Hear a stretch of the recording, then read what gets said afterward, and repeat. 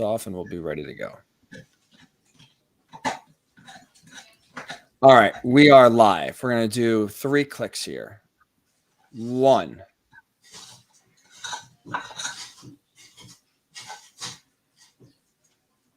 2,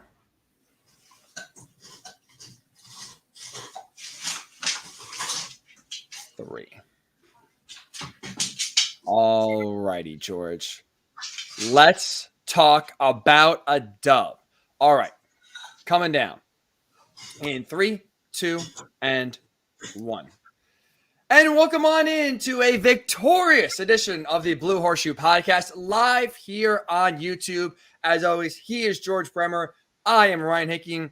A delightful post-game pod here after week number 2. Colts do beat the Texans 31-20. A lot of takeaways to get into here, George, after the first win of the season, first road win of the season, first division win of the season. A lot of positives we will get into. Defensive line, run game showing a pulse for the first time this year for sure, George.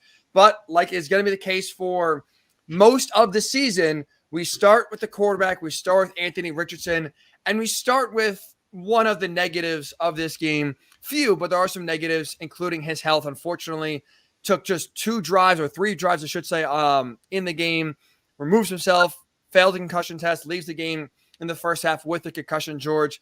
Now this is the second straight game of his career where he has started the game, but unable to finish the game. Like, obviously, hopefully he is okay with the concussion. Hopefully, right, George, he's not going to be out an extended amount of time. We'll see, going forward here. It's hard to predict if he'll be ready to go week 3 against the Ravens, but hopefully if he does miss that game, it's only a week or 2 on the shorter end of that. How concerned are you? I'll ask this question, I guess, George, that now through a short time of Richardson's career, it's been one where he's looked good and shown flashes, but now also been one where in 2 games he has not been on the field to finish off the game in both of them. Yeah, it's a high concern. I mean, when you go back and you look at his career at Florida, similar situations. Got nicked up a lot, didn't finish some games, missed games at times, missed large parts of his freshman and sophomore seasons.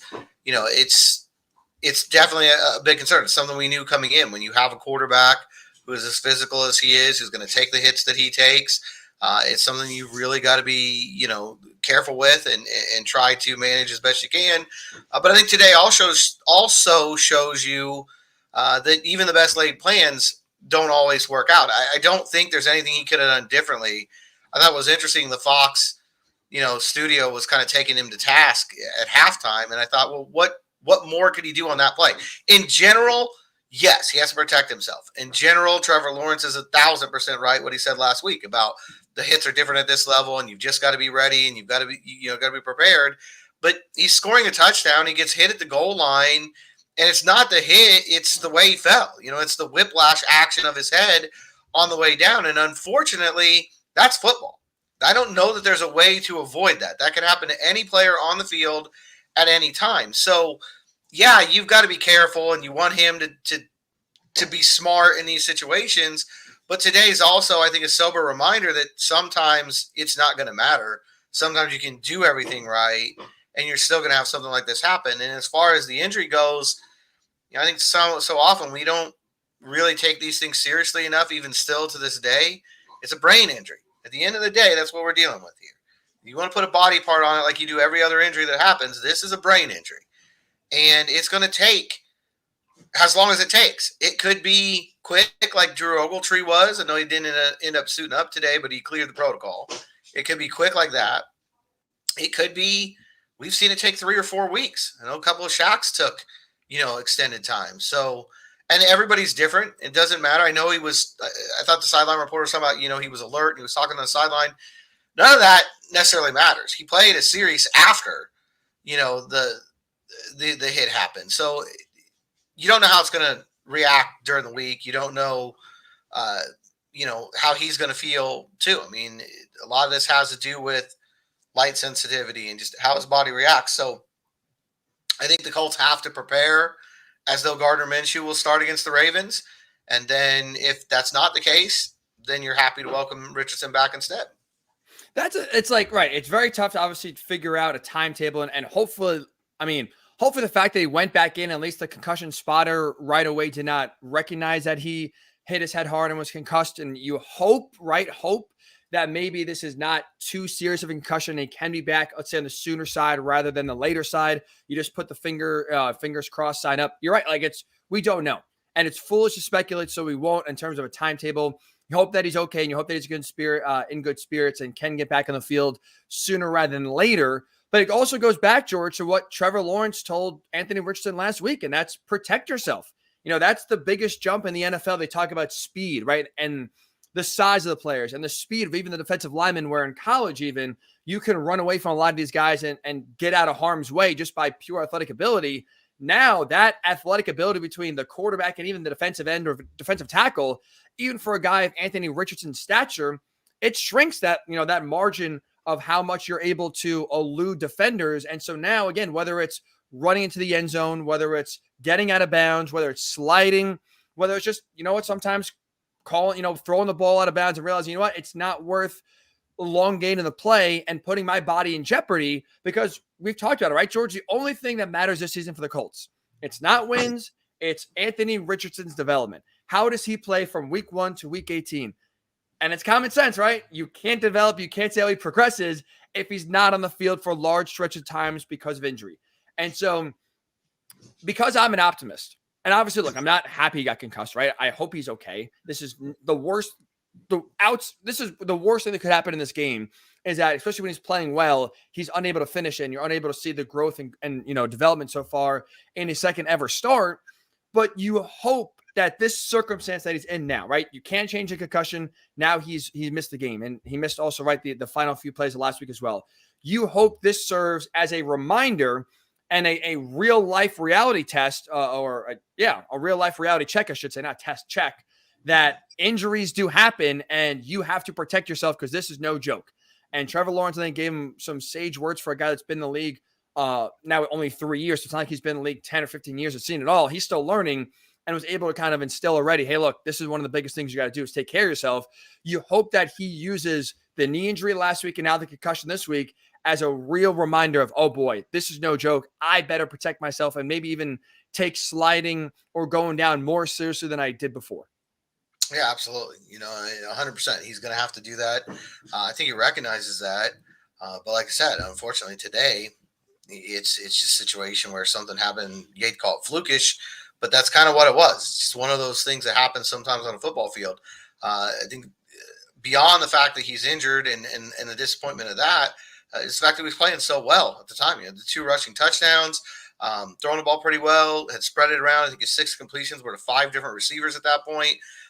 You really, really would have loved to have seen the way he could have finished this game. It looked like the offense was really on fire. Even that third drive, look, I'm just going to say it, flat out awful call by the officials that gets 2nd and 10 instead of a first down for the Colts. And then after that, the Colts were their own worst enemies. Not going to get on Braden Smith too much for the hold, because if he doesn't, Richardson might have been out of the game even sooner with Anderson coming off the edge like that.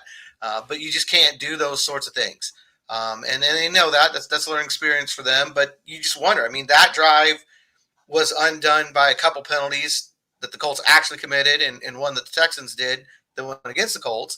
But that's, you really would have loved to see the way they could have finished with Richardson under center. The way it started, I thought Gardner Minshew did his job. He came in. He was a game manager. I think that's what he's going to be.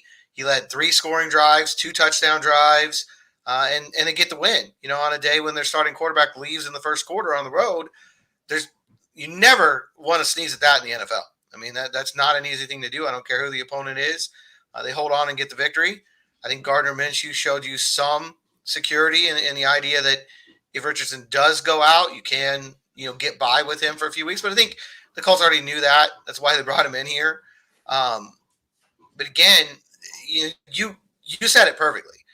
You want to see the development of this kid over 18 weeks, and if he's on the sideline, you're not going to get to see that happen. And that's part of the biggest frustration, like I said, of this game in a win, is the fact that, like I said, we got robbed or we're not able to see a true Anthony Richardson game. If you are tuning in on YouTube, by the way, welcome. Appreciate you for joining us here in a joyous, We'll get to a lot of glee here in a second after the Colts beat the Texans 31-20 for their first win of the year. But if you're checking us out for the first time, Blue Horseshoe Podcast, George Bremer, I'm Ryan Hickey. Thank you. Welcome. Subscribe to our podcast channel. We're here 3 times a week, including live after every single game. And let us know in the comments. We want to hear not only, hopefully you enjoy our perspective on the game, but also we want to hear your perspective on the biggest positive coming out of this win, and also to Anthony Richardson's short but really good performance here in week number 2. And you hit it, George, too. Like, that's part of the frustration of him getting hurt. It's not just watching him, but also the fact that he played really well. Like you mentioned, 6 completions, 5 different players, spread the ball out to all different guys. We talked about last week, hey, no one really stepped up and made big plays outside of Michael Pittman Jr.'s one long touchdown run last week. I know it was short, and again, I know it wasn't the best opponent, was saying the Texans, but I thought that for the most part, early on, especially when Richardson was out there, George, that you did have players making plays, catching the ball, getting open. You saw his legs too working well, 3 rushes for 33 yards and 2 rushing touchdowns. But just to start the game off, you received the opening kick, 10 plays, 75 yards, boom, boom, boom, down the field. Running game looks good. Passing game looks good. Everything was clicking on all cylinders, George. Again, it's only really one drive, right? Because the second drive started right in the red zone after the CJ Stroud fumble. So it's nice to see that you're able to punch it in the red zone after those were some struggles in the preseason and in week number 1 as well, converting those red zone trips to touchdowns.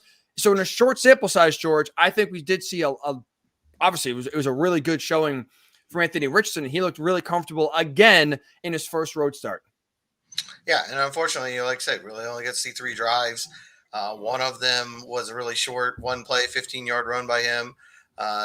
And that's it, and then he's out of there. So I see someone's taking issue with my game manager statement. I stand by that.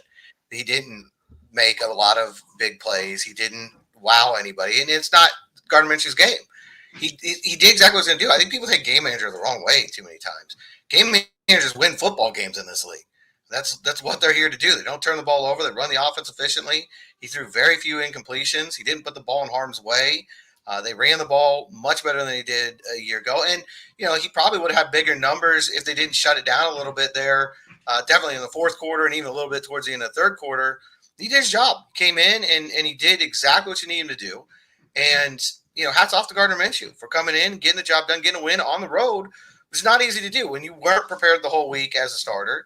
And you have to come in quick change kind of situation. And you keep the offense rolling. Hats off to Gardner Minshew. Hats off to Colts in general for not panicking in that moment, not, coughing it up. I can only imagine how this game would have played out a year ago under similar circumstances. So, they came in, they finished. To me, that was a big question after last week. Can they finish? They didn't finish drives last week. They didn't finish the game last week. They came in today. They finished drives. They finished the game. And they're 1-1. This is something that probably needs to be said. For the first time since 2019, 4 years since the Colts have been 1-1 to start. They were 1-1 last year, but they were 0-1 after 2 weeks. Oh, we always talk about week number 1 and their bugaboos there the last decade. I didn't realize that it's been 4 years since they've been 1-1. So look at that, George, the Anthony Richardson effect coming in right away. And you're breaking that little bit of a losing streak there as well. But when we talk about like positives from this game, like what were you most impressed with? Let's start there with Gardner Minshew, because like you said, like first of all, game manager has a negative connotation to it, but you see a lot of quarterbacks win a lot of games being a game manager. Brock Purdy for the 49ers is a game manager. Oh, and that's a thing where like the tag is just you do what the offense tells you to do, or you do what the defense tells you to do. That's good quarterback play, George. That is really good quarterback play. And you look at him coming cold off the bench. I mean, he goes 19-23, 171 yards, head out that nice touchdown pass to Kylan Granson for his first career touchdown. And also, too, when you had you come in, it's 14-0. One of the things you're tasked with doing, George, is not only keep the offense humming after the hot start, but don't give the other team a chance to get back in the game. And how do you do that? Turnovers. And to Gardner Minshew's credit, was efficient, made good decisions to go with the football, gave his, allowed his players to make some plays for the Colts. I thought overall were more open than they were last week. Again, that's maybe part of the reason, or part of that has to do with the opponent you're playing in the Texans compared to the Jaguars last week. But I thought he did everything for the most part Shane Steichen asked him to do.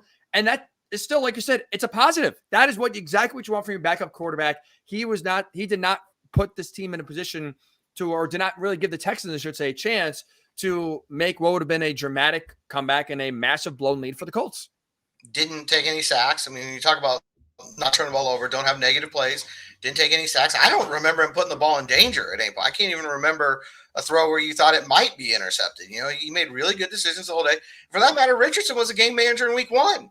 That's what he was asked to do, and it's the way he played. There's nothing wrong with that. I just think Gardner deserves a ton of credit. Absolutely. Come in off the bench cold like that and lead them to 3 scoring drives, hold on to the league, don't do anything negative to give the Texans some kind of life. He did everything you could ask him to do. Zach Moss deserves a lot of credit for this game. Again, not a star performance, a game manager running back role for him, doing what he needed to do. Didn't cough up the football, which was a huge problem last week. Average at 4.9, I think is where he ended up, was over 5 most of the day. Really strong day, efficient day for him. No big run, no 20 or 30-yard, explosive play. He wasn't Jonathan Taylor, but he was Zach Moss. He did exactly what he needed to do as well. Moved the chains when he needed to move them, kept that offense on schedule. I think Will Mallory was a major bright spot today. A couple big plays for him. Colin Granson, as you mentioned, gets his first career touchdown. That was a surprise to me. I mean, it's right, but it was a surprise to me. I was surprised he hadn't been in the end zone before. But extra effort on that play and a great job by him to get those points on the board. I thought Pittman and Pierce were efficient, not amazing by any stretch, but made the catches they had to make. Pittman had that early fumble, but they got lucky and it went out of bounds. That's really the only time all day I think the offense put the ball in danger. You're right. I think there was one tight window throw. Maybe it was to Will Mallory on third down where I think it was a linebacker and a DB were converging. He just fit it right in the window. I believe it was on third down for the first to move the chains. But you're right. And that is what you want your backup quarterback to do when you come into the game when you're up 14-0 against a bad Texans team, by the way. Don't give them a chance to get back in the game. And he did, like you just outlined, everything you really could have asked for and more. You mentioned Zach Moss, like I said. I mean, look, the stats are not eye-popping, right? You mentioned it, 4.9 yards per carry. It's not like that's going to go into the Hall of Fame. 18 carries, 88 yards, and a score in his first game back this season. That seemed, honestly, George, like a revelation compared to what we saw last week. And even though you mentioned, and you're 100% right, there's no explosive play. Maybe in one run over 10 yards. I got to look it up exactly, but there's no big explosive 15, 20, 25-yard chunk play. But while that didn't happen, I thought equally what didn't happen, him getting stuck behind the line consistently and losing a game, losing 2 or 3 yards or not getting a yard. He consistently had them in 2nd and 5, 2nd and 6, always staying ahead of the chains. And we saw last week, right? That was one of the biggest issues with this run game. Forget the fact that it wasn't going whatsoever. And you were outrushed by DeForest Buckner, if you want to count his 26-yard fumble recovery as rushing yards, which we jokingly did last week. And he was the leading rusher, if you will, outside of Anthony Richardson. But the Colts last week, right, George, were constantly in 2nd and 10, 2nd and 11, 3rd and 7, because when they tried to run a first down, no semblance of a run game whatsoever. This week, they're able to get those positive yards, stay ahead of the chains, and that's part of the reason why, especially early in the game when Anthony Richardson was out there, why he looked so comfortable and why they're able to march right down the field is when now you're constantly in advantageous situations on 2nd and 3rd down. It makes play calling easier. It makes Anthony Richardson's job easier. And it makes everyone else life on offense easier when now there is a threat of a run game going and you are able to consistently, right? Maybe not explosively, but consistently run the ball. And that's, I thought, again, a huge credit and a huge boost to this offense that they desperately missed last week. And also, I think really quickly, George, shows you that offensively last week running the ball, still think it was more about Deion Jackson than it was the offensive line for the Colts. The Colts offensive line blocked really well today. And those holes and those yards that Deion couldn't find and get last week were found by Zach Moss this week. Yeah, almost 5 yards of carry from the running back today. No sacks. The offensive line did its job. Now, granted, Houston, is going to have some trouble as well. And we know that. You're playing a Texans team that is going through its own growing pains. Off to an 0-2 start. I'm sure they're not very happy down there with the way the day went. I'm sure, just from talking to John McClain on the preview, there's a lot of excitement down there, a lot of positivity. You got a young quarterback. You got a new head coach who the town really loves. I know that they come in thinking this was a winnable game, and the bookies agreed with them, right? I mean, they were at one point they were 1.5 point favorites this week. It was a pick 'em at the time kickoff went off, and the Colts really made it not a winnable game throughout the day. One other thing on Gardner Minshew, I think he did really good on third down. And I think that's something you saw third down improvement. He had a lot of third down completions. But that goes back to Shane Steichen said during the week, they have to be better on first and second down to get these third down conversions. And they were today. And that goes back to Zach Moss being able to get those 4 or 5 yard carries on first down instead of getting stuffed or just getting a yard or two for the most part. They were in much better second down situations, which put them in much better third down situations, which allowed them to stay on the field and score points. 31 points in this league, that's never a bad day. And technically, hey, tied for first place in the AFC South now. Tied for first place in the AFC South. Let's go. Don't let the fellas get hot. But like you said, George, third down, huge. 2 of 12 last week on third down against the Jaguars, in large part because you're facing 3rd and 7 or longer consistently.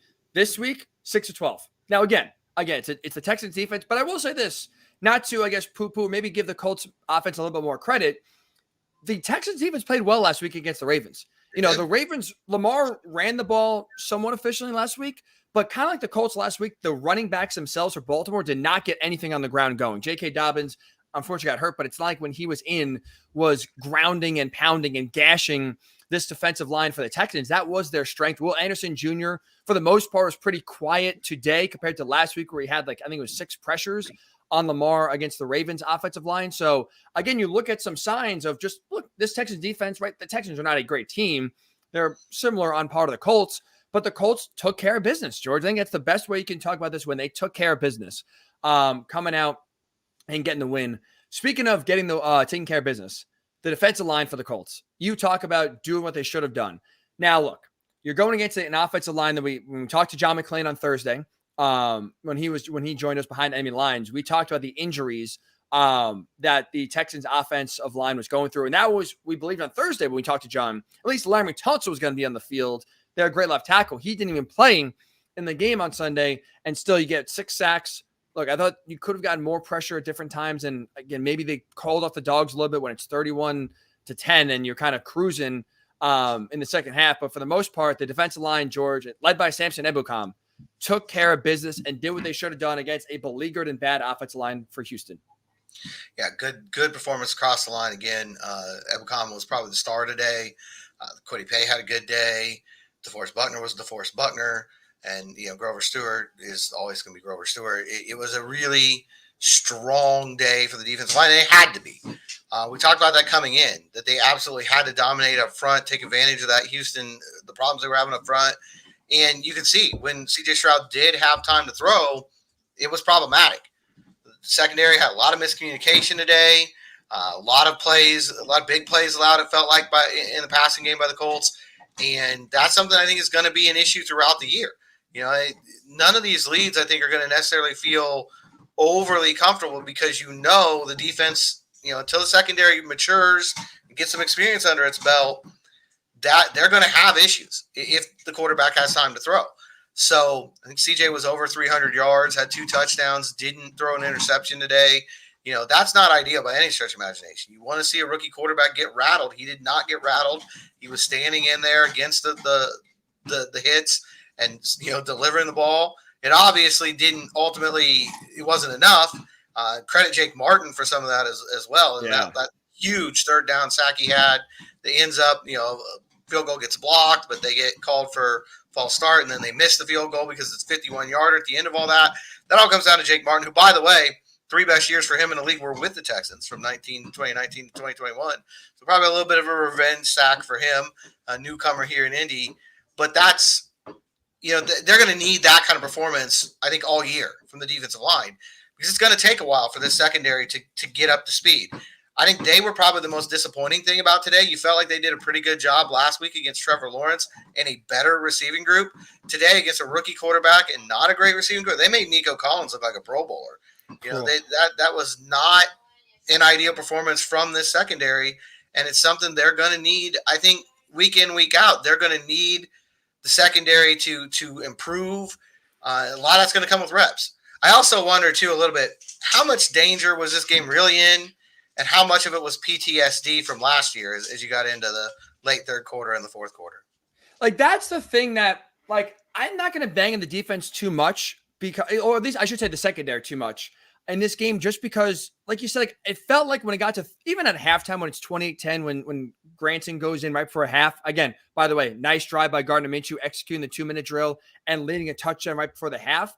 But it did feel like right there, and then coming out of the locker room, they have a chance to kind of get going and don't put any points on the board, and you kick the field goal, and now it's 31-10. You feel like, okay, this game is over. It did feel, George, like the dogs were called off. Like it was one of those, all right, let's take it easy. No big play. So we're going to drop back and we're going to make sure, 15 yards off the ball, and we'll give, the underneath routes. We'll give them to them and let them bleed the clock.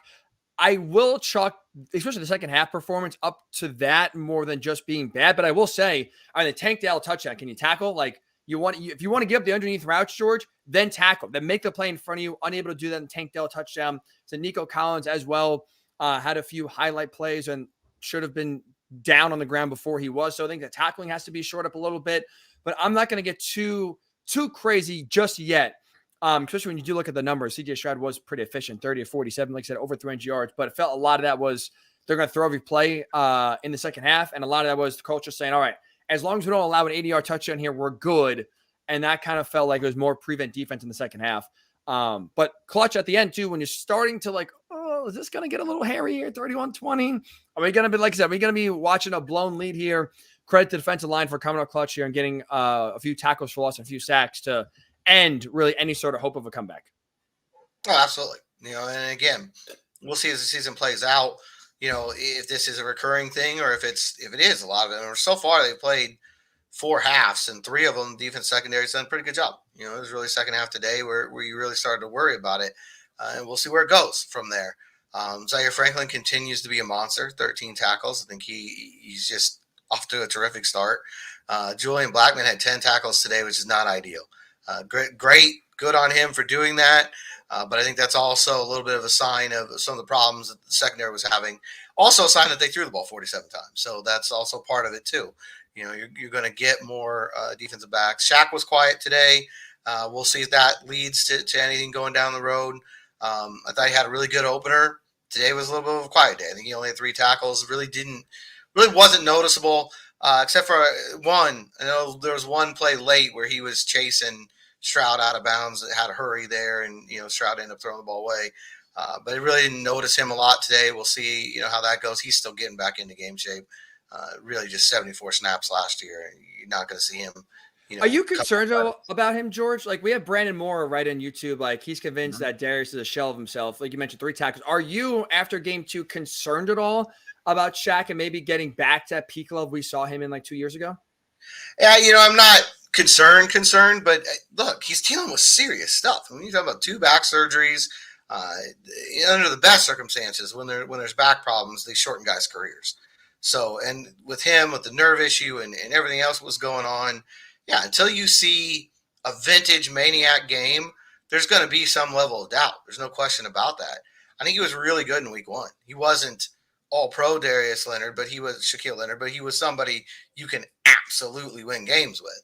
Today was more of a quieter game. I'd have to go back and watch the All-22. I don't know how much of that was him, missing opportunities and how much of that was maybe the ball just going other places, them just running plays in other, areas of the field.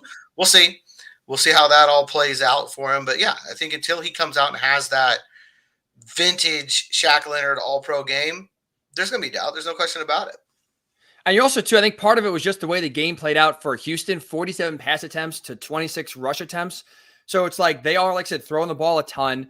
And honestly, when you hit it before, too, with Zaire Franklin playing well, and that's part of the reason why I'm not concerned is because I think so far in the 2 games where Zaire just basically being a vacuum cleaner and tackling anyone that's in his zone, it feels like.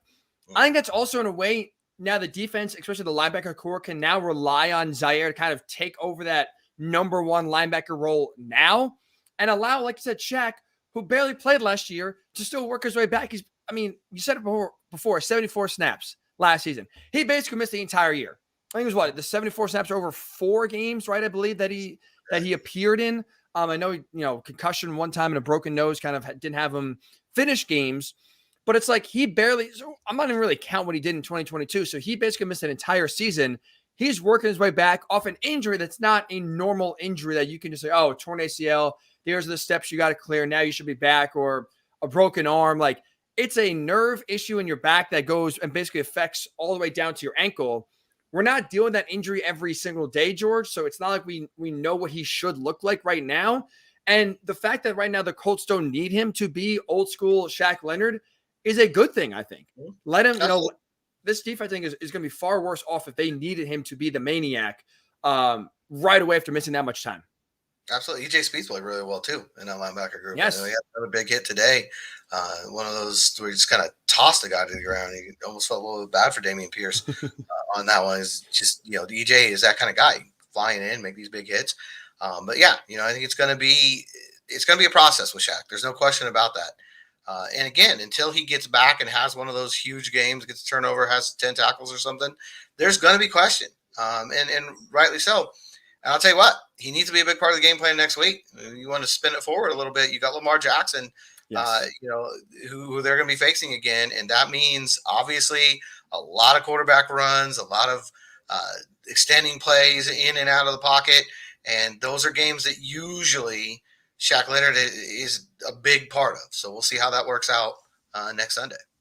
And you're right, man. Maybe that's part of the game plan, too, for today, knowing that game is next week, of just like, hey, look, like, let's see how you're moving around, and maybe you ask him to do a few things almost as a test to see if he's able to move around quickly for next week. Like I said, we have Lamar Jackson trying to corral him is going to be a headache for everyone on that defense. But yeah, no reason to, at least right now for me, like I said, you sound like you're on the same page. Well, no reason to panic. Also, maybe frankly on a bad game. Like that happens. Guys have quiet games based on, again, how the other team is attacking you. I mean, you almost have 2-to-1 ratio of passing to rushing for the Texans, and a lot of them is to the sideline and deep down the field. You're gonna forget about Shaq Leonard, and that's, I think, part of what happened here in this game. As you have the Texans trying to dig out of an early hole that they were in 14-0 almost before really you're in your seat. I liked also too, George. Look, Shane Steichen again. I didn't really think he got was overwhelmed in his first game last week. A few areas that he has to improve for sure, but I thought again, whether it's play calling, but it was just making sure for the most part everything is sharp. I thought everything for the most part was looking really good today.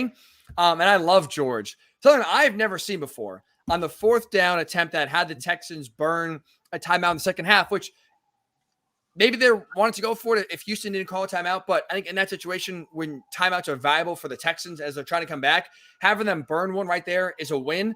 And you're able to have the offense run off the field, have the punt team run onto the field, and then in the span of 25 seconds, have everyone run off, offense run back on, get set. Everyone's on the same page. There's not too many guys on the field. They look like maybe they would have snapped it. If Houston didn't call a timeout there, perfectly executed, really smart outside the box thinking there as well to kind of at least bare minimum have Houston burn a timeout. Maybe you get the first down and you bleed more clock that way. I thought that was a really, I'll use a soccer term here, cheeky play from Shane Steichen on that call. It was very cheeky. There's no question about that. But I also think it showed a lot of discipline on his team. And when you want to talk about, what's a sign of well-coached teams, I was watching the Colorado State game the other night, and Colorado State was as undisciplined as any team I've seen in years. I mean, just dumb penalties and late hits and things all over the place. And you sit there thinking, that doesn't reflect well on your head coach when that happens. Today, the Colts still have some penalties that they've got to clean up. There's no question about that. Both offense and defense had a couple of them. It seemed like they were offside like 4 times today. Might not have been that many, but it seemed like it. The offense had a couple again where, they shorted out some of their own drives. And that's got to clean up. And that's going to fall ultimately on the head coach. But when you're able to have that whole machination coming on and off, there are so many things that can go wrong in how you line up. False start, any kind of thing could happen there and go wrong for your team. They were extremely disciplined. And if you can do that, you put the onus on the other side. I mean, so many things could have gone wrong for Houston, too. They jump offside, give you a first down. Somebody, they line up in a wrong spot because they're trying to rush out of – they've got the punt coverage team on the field at that point. So they're trying to rush out of punt coverage and get lined up into a defense. There could have been an open man. There could have been easy miscommunication. And at worst, if you don't mess it up on your end, if everything's clean on your end, and it was, and again, credit to Shane Steichen and Jim Bob Cooter and that entire offensive staff, that it was, then at worst, Houston's going to end up calling a timeout to get their defense back on the field. And, who knows what impact that has in the game. What if Jake Martin doesn't get that sack and they finish that drive time was running out. Those timeouts were going to be really important for Houston, and just a smart move by Shane Steichen in general, but I think a sign of how much discipline his offense already has. And to accentuate that even more, George, they made that maneuver where basically 22 different guys running on or running off the field. Also, too, doing so with the backup quarterback, which I don't know how much they practice that, but I'm sure if they practice it a little bit, Gardner Minshew's not getting a ton of reps in that. Basically, we'll call it a fire drill sort of move there to run that to basically perfection. Backup center, right? Was Kelly out of the game at that point? I think you're right. I think you're right. Yeah, it was in the second half of the game. I think it was early in the third quarter when Ryan Kelly left with a concussion. So you're right. A backup quarterback and a backup center, and you still run that to perfection. It's impressive. Granted, it didn't ultimately end up, and that's also, I saw some people saying, well, they got conservative, late in the game on offense. Well, they had a backup center and a backup quarterback. So, you want to be a little careful there. Like we were talking about, the worst thing they could do at that point was turn the ball over and give Houston a quick score. They didn't do it. They walk out with a road victory. More power to them. I want to, pick up the Juju Brents question that's out there as well. My understanding is a lot of this has to do with the fact that he didn't practice. I think we forget he missed the entire spring with recovering from wrist surgery, all of it, not a single snap during the entire spring. And training camp, he missed most of it, almost, I'd say 75, 80%, maybe a higher number than that, with hamstring issues. So my understanding is this is not any indication of what they think of the quality of Juju Brents or what he's going to become or how he fits in this defense. It's everything to do with the fact that he's still where he's at right now physically. He's still in training camp. He's not ready yet to play a regular season game. So you're not too concerned so far, except through the first two games, not getting the field inactive. You're not. It's more, like I said, about a product of what he's missed so far and the amount of time he's missed more than anything else. That's my understanding right now. We'll see. Maybe they're trying to cover. Maybe it is a bigger issue than they're saying right now in the building. But everything I've heard right now is it's about him. And the fact is, he literally had no offseason. I mean, we talk about Shaq not playing last year in 74 snaps. That was Juju's offseason. Nothing at all in the spring. Brief cameo appearances in the preseason. He got a little bit of run in a couple of the preseason games, but he was mostly out. Did not practice, and they just need to get him up to speed. Now, this goes into October, November. It becomes, I think, a much bigger question. It's definitely something to monitor. There is no question about that. But I think early on, it's too early right now to pin this on him being a bad pick. A lot of it just has to do with the fact that physically he was not ready to go literally the entire offseason. And so you're just trying to get him up to speed and get him to a spot where he knows the defense well enough. He's physically in the right, he's got the conditioning. That's important too.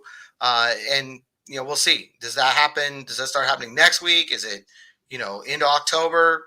I don't know that there's a time frame on it, but it has more to do with conditioning and just not being on the field. What I've been told so far. Again, that's not going to be an excuse that lasts the whole year. Right. And obviously, the more time he misses, obviously that now question becomes, greater and greater. And now you do wonder if something else is going on.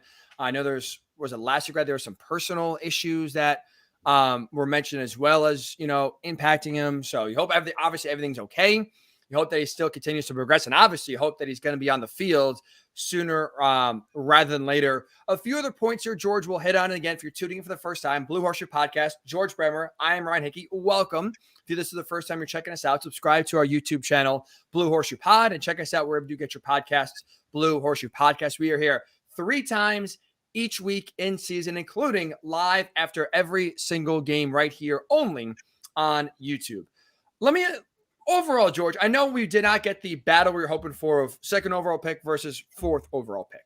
And obviously CJ Stroud, right, is playing behind an offensive line that at one point was strictly backups and third stringers. So it's hard to judge a guy when, again, you're running for your life.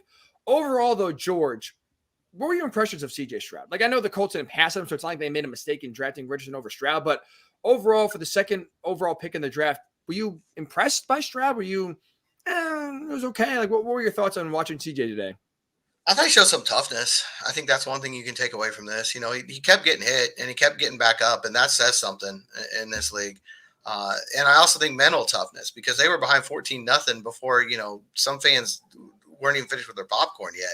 And it's 14-0 on a game again that they came in, I'm sure, thinking, hey, this is the week we break out. We get our first win. We're at home. We're going to carry on all this excitement. And he was able to lead them back. I don't know how much the numbers late are always tough, because, like you said, the Colts definitely pulled off the gas.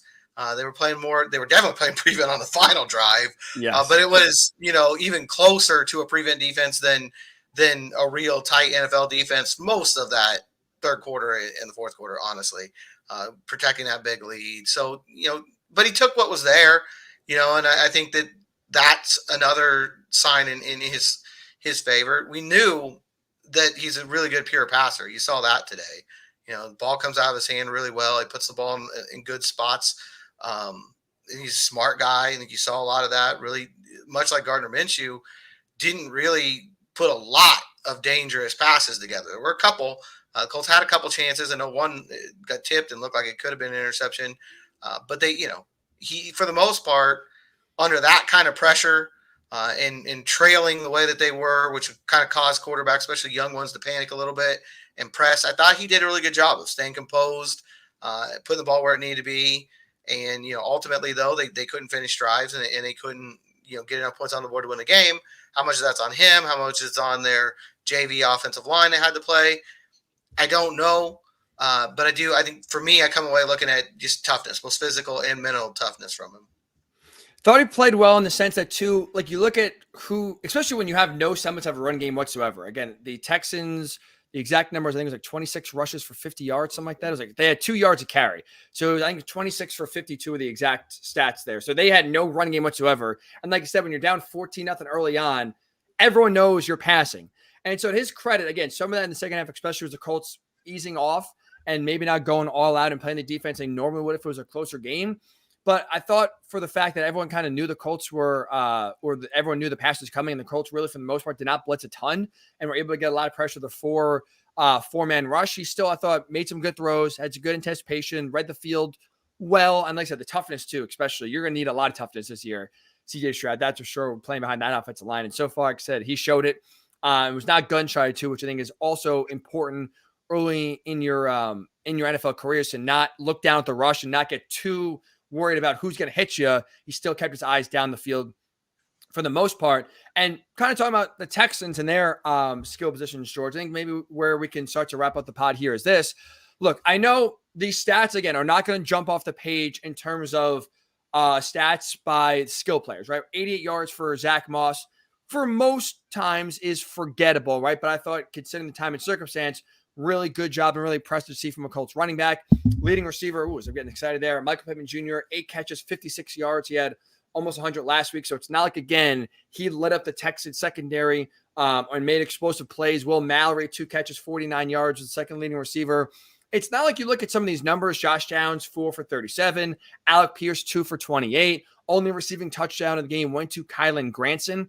So it's not like the raw numbers are going to show the point I'm going to make here, George. But I thought for the most part, these skill positions, running back, tight end, receiver, impressed me a lot more today than they did last week, in the sense that, well, there's no big explosive play. There's no, wow, what a highlight throw or what an impossible catch that was made. I thought the biggest thing you could say as a positive, I think this is a big thing coming off of last week, was that when the ball was put in their direction, they made the play. They got open. They got the first down of its 3rd and 5 throw. They made, for the most part, every single little play you needed them to make. And we kind of talk about the margin for error with this offense, and the Colts don't have a big margin of error. If they have one penalty, and most of the times kills a drive. Same thing with kind of a drop. If you have a big drop, it could also just kill a drive right there. I thought for the most part, they made every single play that was asked of them, which honestly, for me, the numbers won't stand out too much. I thought that was a big win and a big improvement for this overall skill position unit. Absolutely. They were available today. And I think that's what matters. They were making plays when it came their way. They were open more often. I also think, Gardner Minshew deserves some credit. I think he probably threw with a little more anticipation and get the ball to them in better situations, which is also helpful. And it's something that, again, like you said, you don't want to ever be like, hey, good thing that Anthony Richardson got a concussion. We're not even remotely saying that. But since it happened and you can't take it back, he's now got tape to watch of Minshew running this offense for most of the game. It's probably going to be beneficial to him, in terms of, hey, look at this play, look where the defender is, look where the ball is. Those are things he's just got to learn. That's going to take some time because he's an inexperienced quarterback. And I think this will help him a little bit. I think Minshew deserves a lot of credit in that regard in helping some of the receivers look better today as well. But ultimately, I think maybe the biggest play of the game was made by Dayo Odeyingbo. When I sit back and I think about it, that punch out on the sack that leads to the second touchdown and makes it 14-0 early, with everything else that followed, with Richardson going out of the game and late comeback, they don't have that touchdown. I think everything's different. It's a different assignment for Gardner Minshew when he steps out there. It's a different feeling for C.J. Stroud in the pocket, and it was just a heads-up play by Odeyingbo. So I just want to get that in there before I forgot. No, you're 100% right. And it really set the tone of just like, this is going to be a different game. This Colts defensive line is going to be a problem all game long. Finished with 6 sacks. And like you said, too, just right there. And then the very next play I thought was equally as important as getting the punch out and the turnover. Next play, boom, you make them pay. 4 for 4 in the red zone in terms of getting in there and scoring touchdowns, which is huge for this offense after they struggled again last week and struggled a lot in the preseason. And once they got down to the red zone, they could not convert and punch the ball in for 6.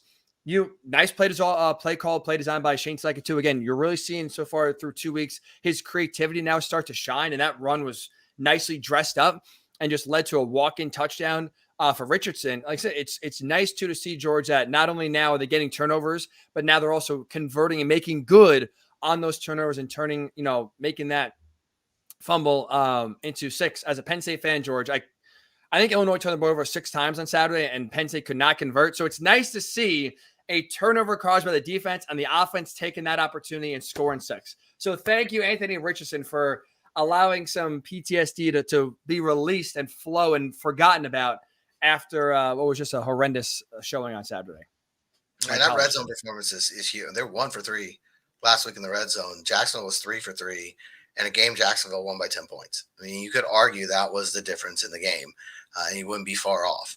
And, today, flip that. They're 4 for 4, and I think Houston was maybe 2 for 4. They weren't 100%. I know that. So, the red zone, I think people talk about turnovers being the biggest number, the most important number, and it is. If you look back at, other than the score, it's probably the next statistic most indicative of who won the game.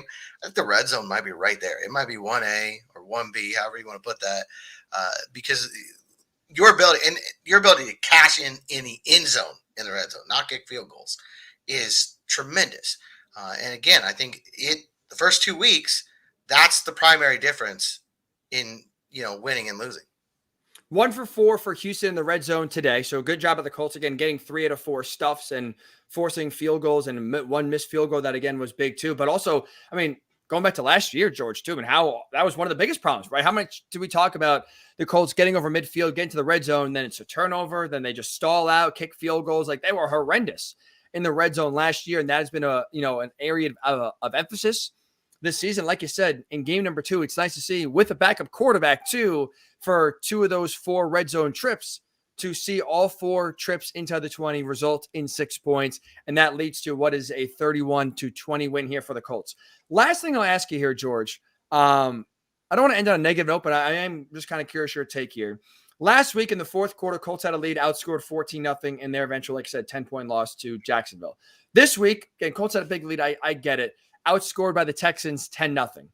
I've been outscored now 24-0 in the fourth quarter by 2 division teams the first 2 weeks.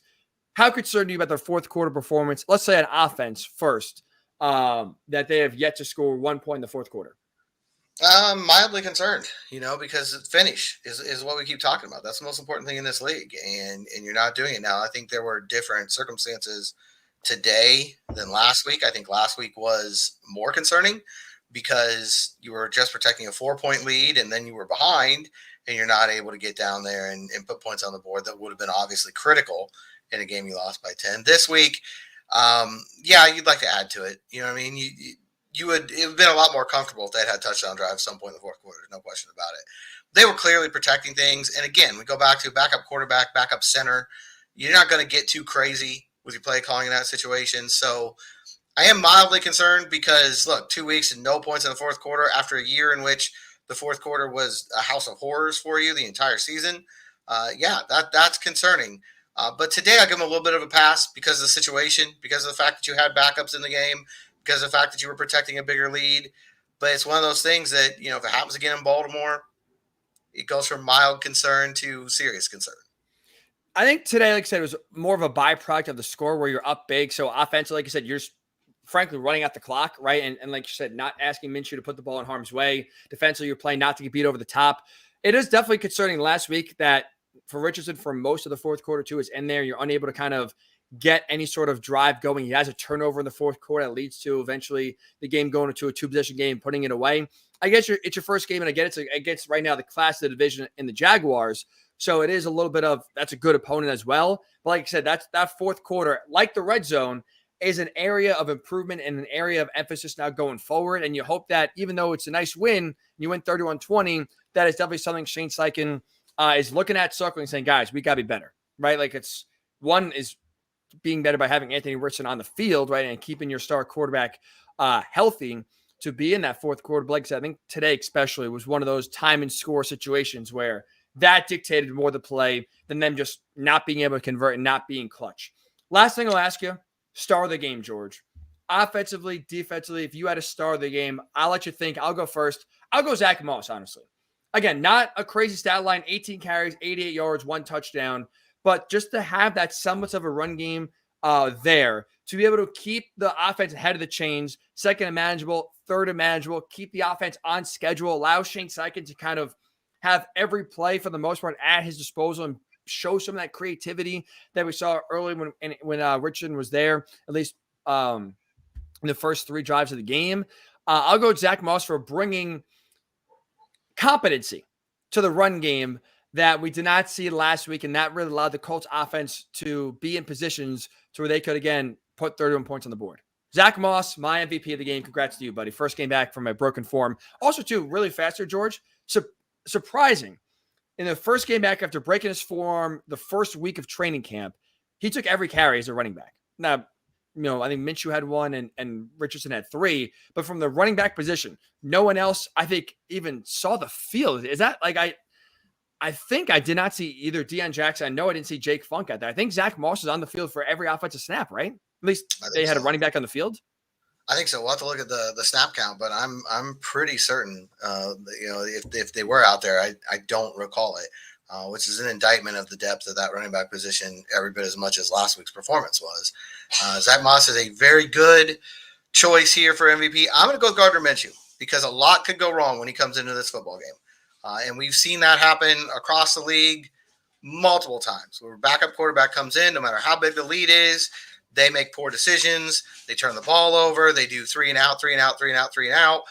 The other team gets hot and you lose the football game. You never really give the Texans a chance to do that today.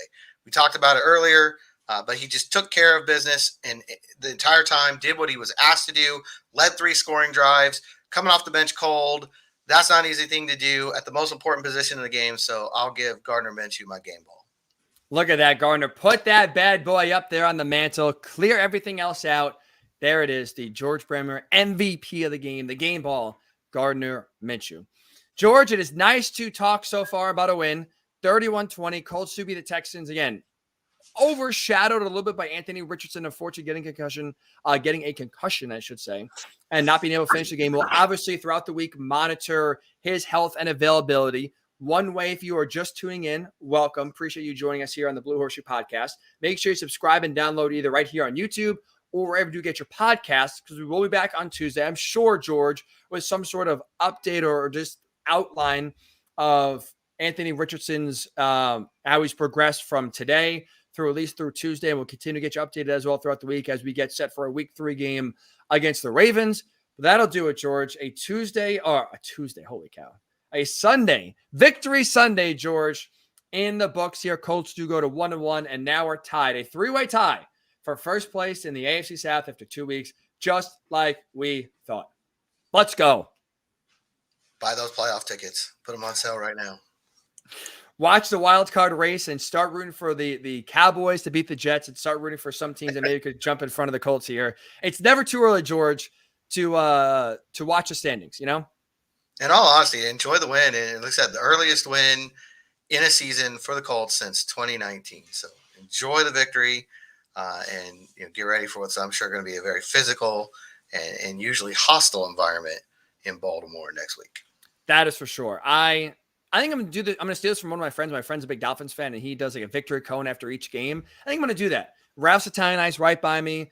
Who knows how many we'll get this season. Victory cone tonight in the Hickey household. Hopefully, if you are celebrating a win, whatever it is, good food, whatever, enjoy. Just watching the rest of the games on Sunday and enjoying this week of a victory week, the first one here in 2023. We will be back on Tuesday. So again, subscribe and download wherever you get your podcasts. Back on Tuesday, getting you set to a little bit, recap and finish off the Texans game and then start to look ahead to the Ravens game as well. So have a great rest of your weekend. We'll talk to you Tuesday right here on the Blue Horseshoe Podcast.